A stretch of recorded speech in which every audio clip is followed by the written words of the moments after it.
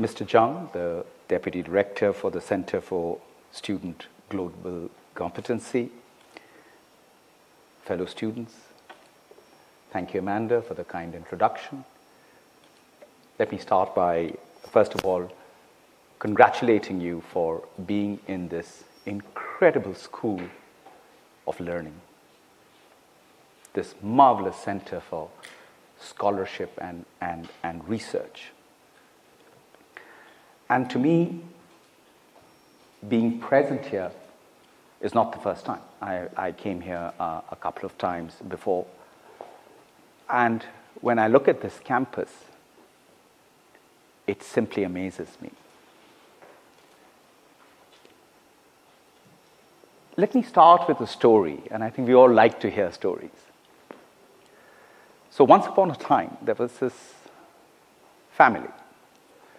This family was displaced by the Partition of India, which took place in 1947. As you know, that India had a colonial chapter, and the country was split, and which led to perhaps one of the biggest genocides that ever happened. Nearly 2 million people were killed, close to 20 million people were displaced, made refugees as a consequence of the conflict, and it all happened along religious lines.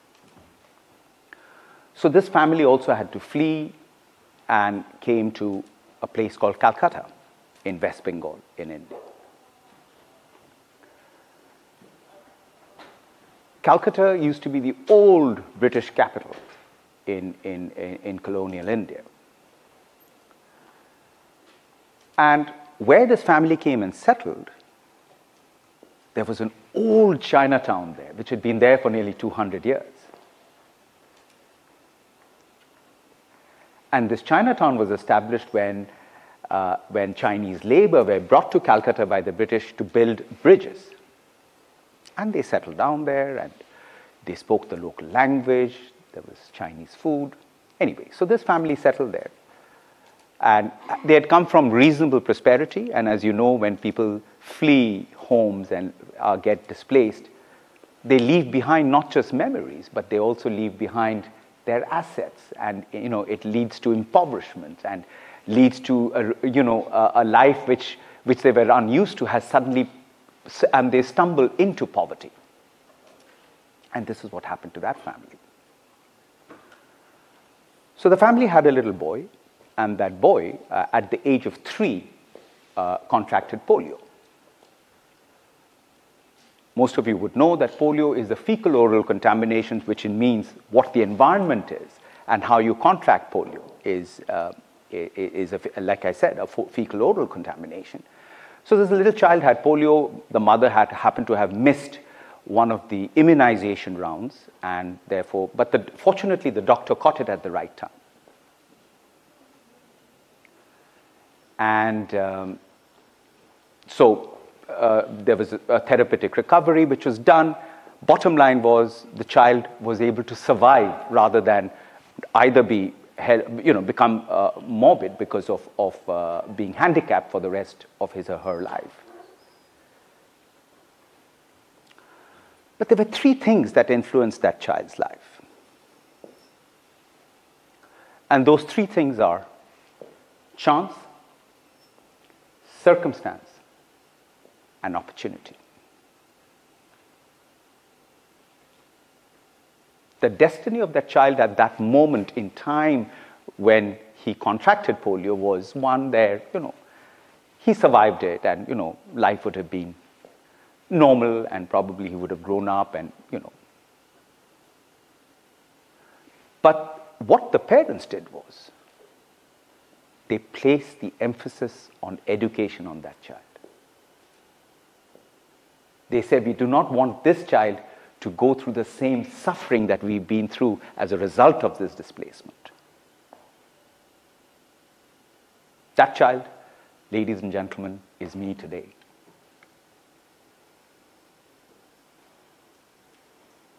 Remember, chance, circumstance, and opportunity is what defines our life. It defines us as human beings.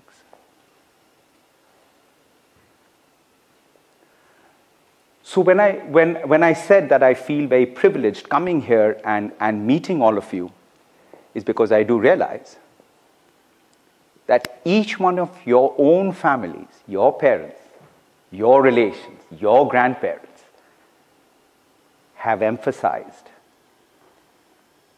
the primacy of education. So this 110-year history of Tsinghua represents not just the history, but the future trajectory of where China is headed to. So I feel deeply inspired and enthused when I walk into this campus every time I do that. You value intellectual curiosity. You value scholarship.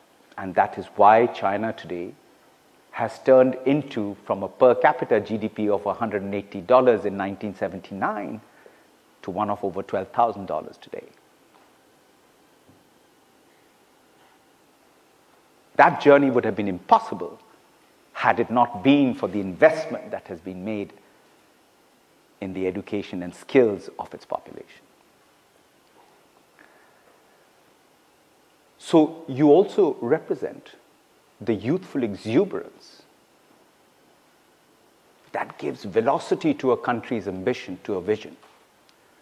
And you have a great alum from this school, President Xi Jinping.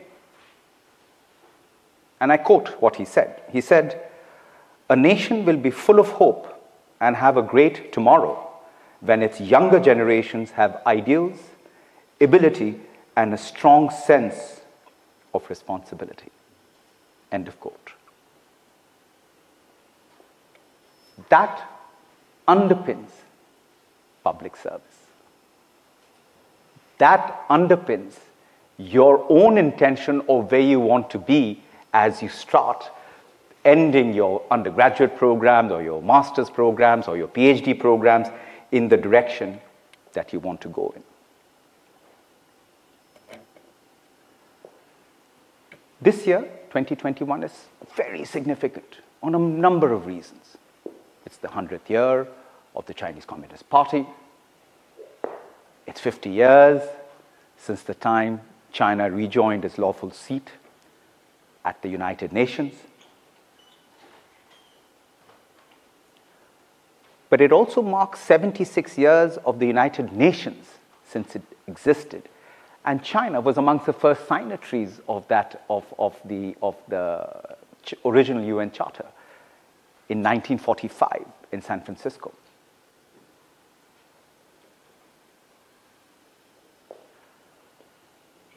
The UN came into China in 1979, the first time when the UN established its presence here. And as I mentioned, the per capita GDP then was a mere $180. China was extremely poor.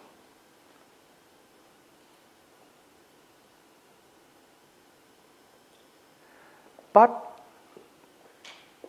in one generation,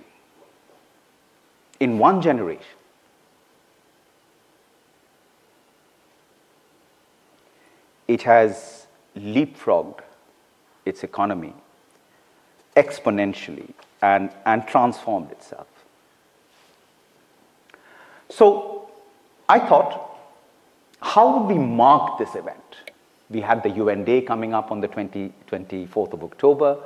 26th of October was the day when China signed the return to its lawful seat at the United Nations in 1971. But more importantly, we felt, let's capture this moment not by another speech at the UN Day, which we observed on the 22nd of October. We did it because 24th was falling on a Sunday. We had invited many people from the Chinese government. We were privileged to have Ambassador Luo, the chairman of the China International Development Cooperation Agency, as our chief guest. We had many ambassadors present there. So I thought I would recite the poem that the UN put together. And it's a hymn to the United Nations and China at 50, where we brought together the words from W.H. Auden. Auden is an Anglo-American poet, and Su Shi, who is a poet from the Sun dynasty. So I thought it would be a good way to start my discussion with you today. So here we go. Happy birthday, United Nations, a 76-year history of triumphs and tribulations. Peace is the essence of our foundation. Our several voices interblending. It's the holy ground where all are brothers and sisters, none faceless others. Yet, why does the moon tend to be full when people are apart? With words we lie, can say peace when we mean war. Foul thought, speak fair. There is still bloodshed and ink spilled and voices raised in anger. People displaced, impoverished, abandoned, dying of hunger. But there is a promise that I can confirm. The Charter of the United Nations signed in San Francisco stands firm. From charter to chamber, from ideas to reality, following the great wars, building a comity. Forging peace, a North Star, a beacon of hope. We the people unite to advance the Sustainable Development Goals. The UN remains committed to a better world for all. China has risen like a phoenix from the ashes of pain and indignation. Its 5,000-year civilization, a pillar of its wisdom and determination. A nation has set forth, freeing her people from the shackles of poverty. A country united, determined to advance prosperity, embracing human development and humanity. As we mark 50 years this month of China's return to its lawful seat at the United Nations, we rejoice a golden jubilee. May we all be blessed with peace and longevity, to sharing the beauty of the moon in compassion and solidarity.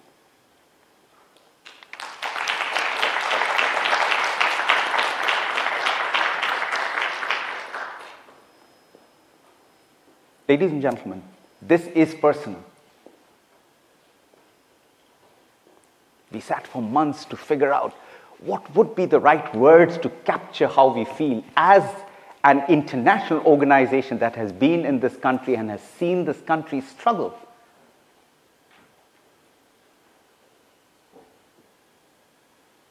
And it has now come to a place where it's not just the second largest economy in the world, it's one of the biggest contributors to the UN peacekeeping budget and to the regular budget. It has gone from the UN has gone from a net aid provider to China to one where China is now providing aid to many parts of the developing world. And that happening in 4 decades? Perhaps the word miraculous may be more prudent use of the English language to describe this trajectory.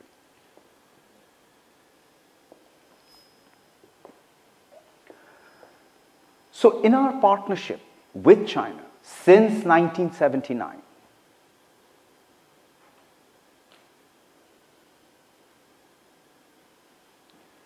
that partnership was one where the UN brought lessons from the rest of the world to help China think through on issues around poverty eradication. What China demonstrated then with the opening up of its economy under Deng Xiaoping to what it has done now was a sense of deep pragmatism, of embracing global knowledge, global thought.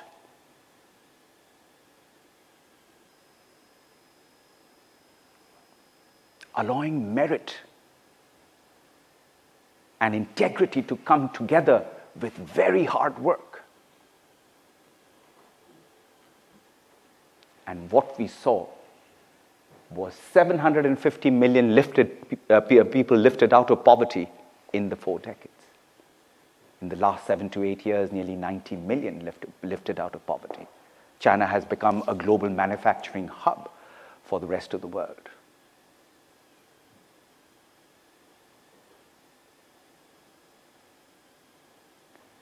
And when you lift people out of poverty, you give them a sense of dignity. And dignity is the key to our human civilization. Dignity is a key to our progress. I have worked in some of the most war-ravaged parts of the world, and I see the indignity of poverty, of hunger, of lack of access to water, where just very basic things are about just life. I've witnessed conflicts which are just merely over resources like getting access to clean water and fodder for their animals, and that causes conflicts. And that is why the entire trajectory of public service therefore has to change.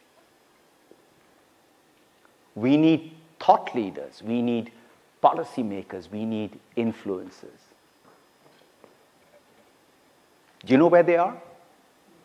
Right here, sitting right here, in front of me.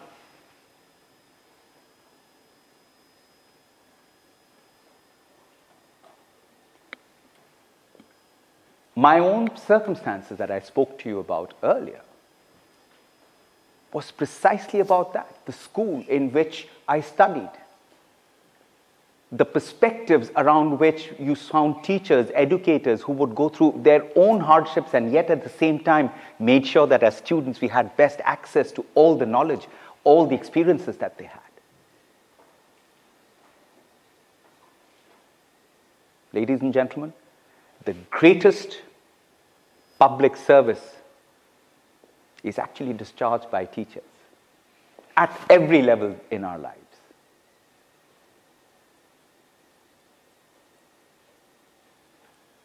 They need to be respected, they need to be cherished, and they need to be given the tools with which they can continue to be those enablers to allow the next generation and the generation after that to adapt to this new environment. And the new environment is rapidly changing. We are facing the 4th industrial revolution right in front of us. And it was Alvin Toffler, the American philosopher, who wrote the book called Future Shock. Those of you who haven't read it, please do read it. And he said, the illiterate of the future are not those who cannot read and write. It's those who cannot learn, unlearn, and relearn.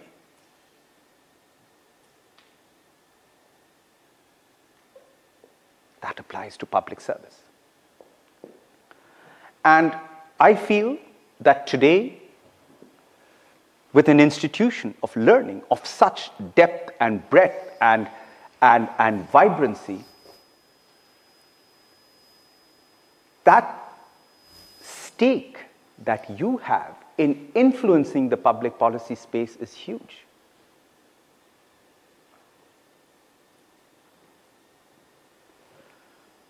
The UN Secretary General once remarked about China, Mr. Antonio Guterres, and he says that China has become an increasingly important contributor to the work of the United Nations and a major pillar for international cooperation.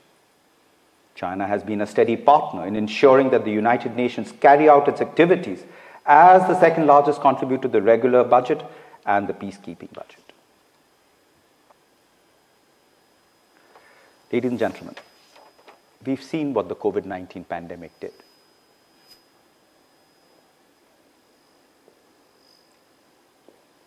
It struck us like thunder, like a bolt of lightning. And in that flash of that lightning, we suddenly noticed the inequalities that emerged. Across nations, which we thought were the most advanced nations in the world, their health systems collapsed. We saw the inequalities between nations. We saw that at the front line, the biggest caregivers were women. And the first group that got laid off work were women. So what COVID also did was reminded us of our own fragility as a human race.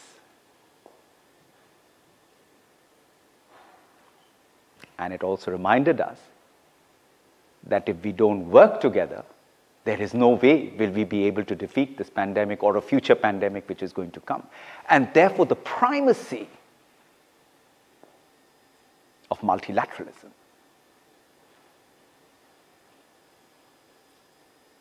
And China has been a very important advocate of the renewal of multilateralism. And therefore, when I came here in January 2021, I feel profoundly privileged to be standing here in this country, in this capital, to be a part of this journey, working with China in that renewal of multilateralism, working with young people in that renewal of multilateralism. And this is where we need to be connected. Universities, therefore, have a critical role in advancing the agenda of multilateralism.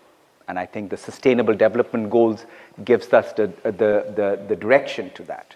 But when I talked about the COVID pandemic, it's pushing nearly 250 million people back into poverty. So the gains that we are making globally on SDG 1 and 2, particularly on SDG 1, which is about ending poverty, has again been set back because of this. So as your foreign minister and state councillor, Mr. Wang Yi, said that we need to build a great wall of immunity. And that great wall of immunity is against all forms of diseases that are prevalent. And therefore, the need for us to get together around public health, around the environment, which is an existentialist threat. The Secretary General has called it a global red alert.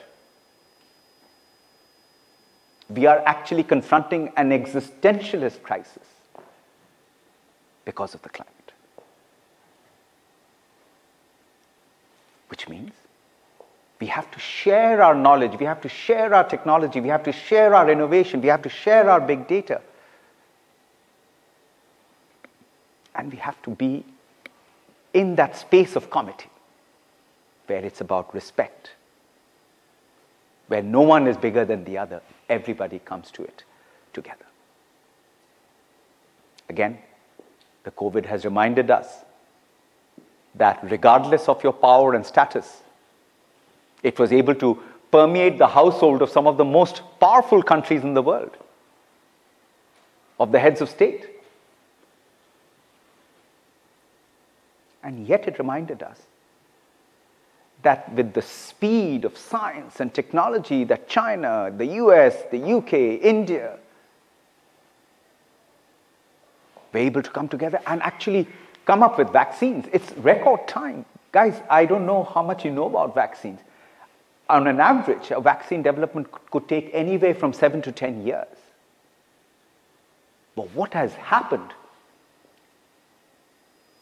is the intellectual capital, is the speed of science, is the wisdom of science, and the embrace of science that is allowing us to now move forward and progress. So therefore, when I look at what the future holds, whether it's in the space of artificial intelligence, or in the space of quantum computing, or in the space of semiconductors, or fintech, or biotech. I see all of you playing in that space, articulating that space, because this will be what will be necessary for us to advance the Sustainable Development Goals, to move ahead in the spirit of leaving no one behind. Because when we leave people behind, we have seen the levels of vaccine inequity and inequality in the African countries. And new mutations will continue to happen. And we cannot all be safe unless everybody is safe, unless everybody is immunized. Now here, I want to take an opportunity to particularly call out China on this. I commend the announcement made at the recent Forum of China-Africa, which just concluded yesterday in Senegal. The summit to donate 1 billion coronavirus vaccines, advance billions of dollars for African trade and infrastructure, write off interest-free government loans to African countries to help the continent heal from the coronavirus pandemic. This is a significant announcement as Africa is striving to achieve the SDGs in this decade of action. And this is where, as the United Nations family, we will be working in lockstep with China. Africa is the future, ladies and gentlemen. Their population will be 2.5 billion by 2050. Over 900 million will be young people. That's where the future consumption and production is going to happen. We invest in Africa now in human capital, in education, in skills, in public health.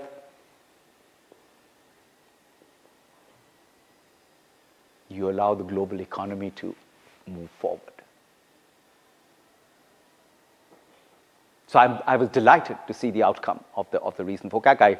I've served many years in Africa in my UN career. And trust me when I say that Africa is the future, I don't say that lightly. It's going to be the place where markets are going to get rearranged. The whole ecosystem of the world is getting rearranged there. The levels of enterprise and innovation which is starting to happen there is quite remarkable. I'm coming from Kenya.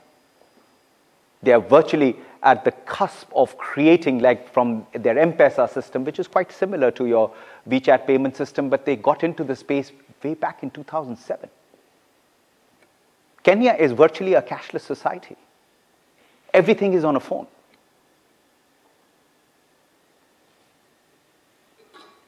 So the potential opportunities that Africa provides is huge, and therefore I hope that in your sense of public service, you will look at that continent, because it is in that continent the world is going to change. And this is where, as the UN, we will use our convening power to connect and catalyze relationships, public-private partnerships. I was in Kenya 2014 as the head of the UN Population Fund, where together with Huawei and Merck of the US and Philips from the Netherlands, Safaricom from Kenya, GlaxoSmithKline from the UK, we all came together. UN, the private sector, and the Kenyan government. Matter of 2.5 years, we were able to reduce maternal mortality. There should be very high levels of maternal mortality, particularly for women at childbirth. Postpartum hemorrhage, HIV and hypertension were the major causes. And this will be the new ecosystem of multilateralism too. Governments, state-owned enterprises, private sector, universities. And this is why I'm already working together with key universities here, including Tsinghua, about the idea of a think tank, where we bring the best-in-class universities, I hope my own university, Princeton, and universities here, universities in Africa, to start remodeling the whole ecosystem of climate. And what does the new green economy look like? What does just transition look like? What kind of innovation and technology can we bring to the table? This is where I see the new spirit of the UN taking shape, the new spirit of multilateralism. So we have a cooperation framework with China, which covers people and prosperity and the planet and partnerships. In that, we have 4 very important thematic groups. The first is gender. ladies and gentlemen, had women in China not joined the labor force earlier on, China would not have seen this progress. And till date, in many other parts of the world, women are trapped in orthodoxy. Women are trapped in traditional thinking, and they are not being allowed to realize their full human potential. A demographic dividend is only reaped when a man and women are working, when their households have disposable income, that they are able to give better educational opportunities, better nutrition, better health to their children.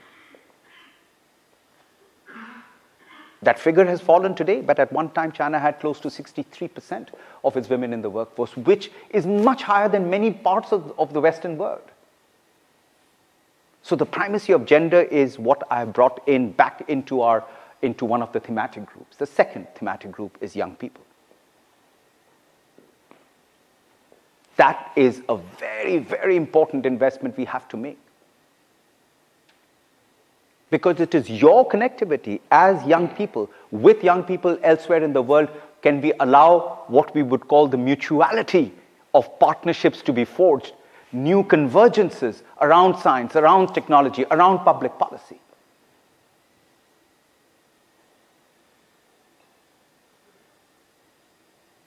The next one is on disabilities. We tend to forget. We cannot afford to have people with disabilities at the periphery of our consciousness, that they don't exist. We have to bring them front and center into human development. And people with disabilities is disabled for a physical or a intellectual reason, but that does not make them incapable. And they are capable of doing things which many able people are unable to do. So that's going to be another one of our major focuses. And the fourth is to leave no one behind. Because we've seen from the COVID pandemic, you leave people behind, the virus mutates, they're not vaccinated, and suddenly it jumps back and starts to challenge science all over again. So the collective prosperity of humanity, therefore, becomes absolutely crucial. So I commend China for the 14th five-year plan, where you want to now minimize inequalities. The urban-rural divide. All these inequalities have to be minimized. That is the other area that I'll be working very closely with the government of China with. But then you become the center of that. You become the center of the new scholarship and thinking and the research that we need to do in order to be able to translate thoughts into action.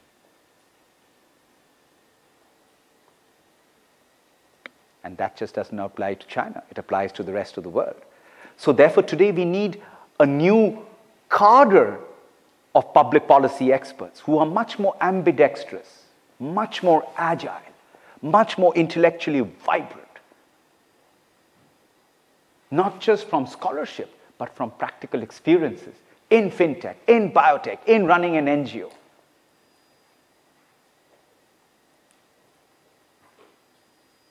But inspired by a common vision of public service.